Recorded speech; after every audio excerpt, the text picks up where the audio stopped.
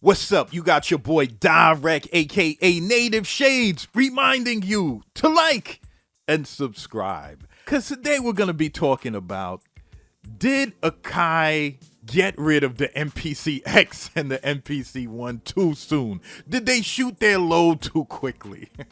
For real, do you feel it was too soon that they got rid of the X and the One?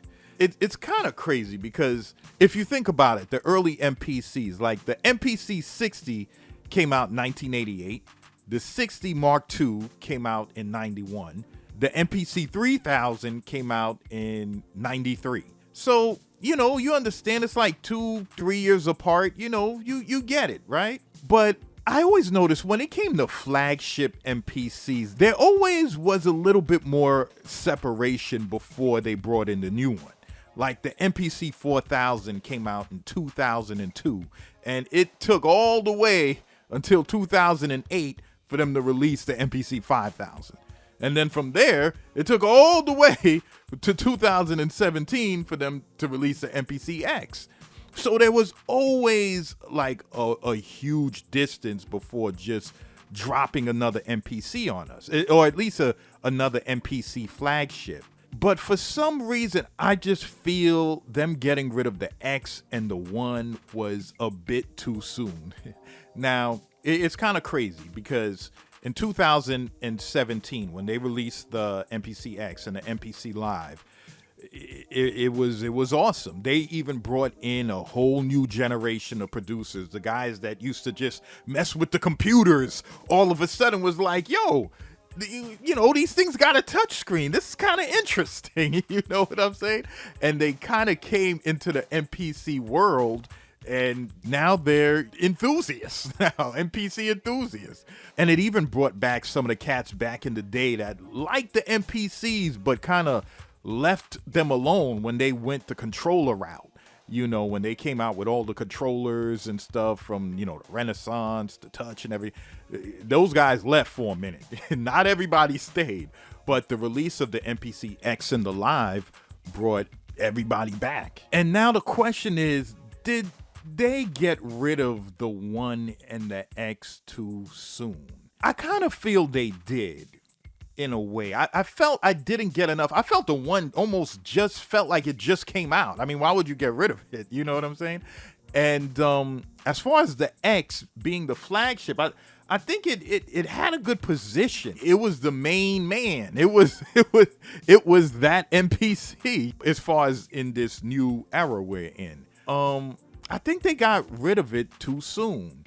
Now, granted, when coronavirus happened, in a way, I feel like it sometimes feels like we lost like 2 years, 2020 and 2021. Like everybody was pretty much in the home and not really out there doing what they do. So it kind of feels like we were 2 years short. So maybe in a way that might, I don't know, maybe that adds to the feeling of the X and the One being discontinued too soon, at least for me.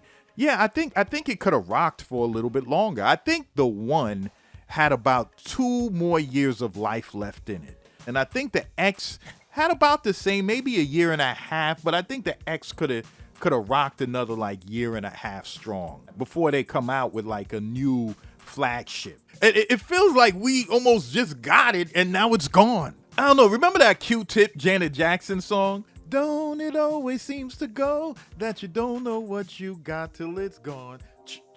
Joni Mitchell never lies. Don't know what you got till it's gone.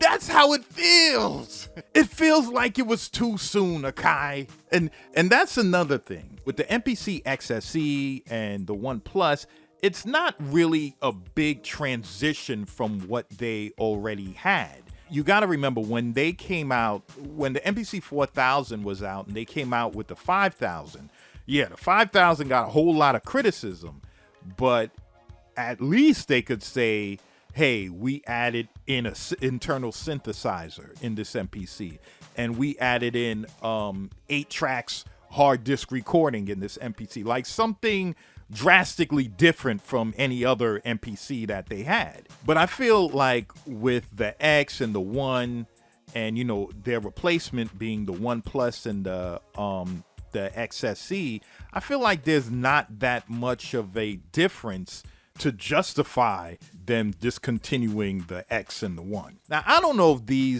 if the MPC One Plus and the MPC XSC are kind of like transitional MPCs where they're just, okay, we're just going to hold the community down for a minute until we really bring in the next level, the next generation, like the next wave, where we're not even messing with what we're doing now. We're going a totally opposite direction.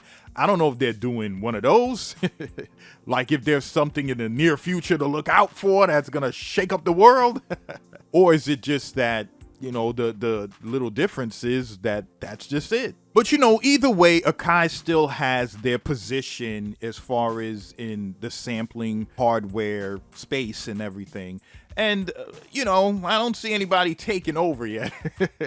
There's some close runners up, though. There's some close runners up right on Akai's tail. But we'll see. We'll see what the future brings. But what's your opinion? Do you think Akai got rid of the MPC One and the MPC X too soon?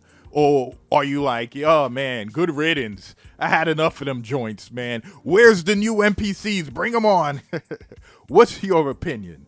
Let me know in the comments section. So this is your boy Dyreck, aka Native Shades, reminding you to like and subscribe. And I'm signing off.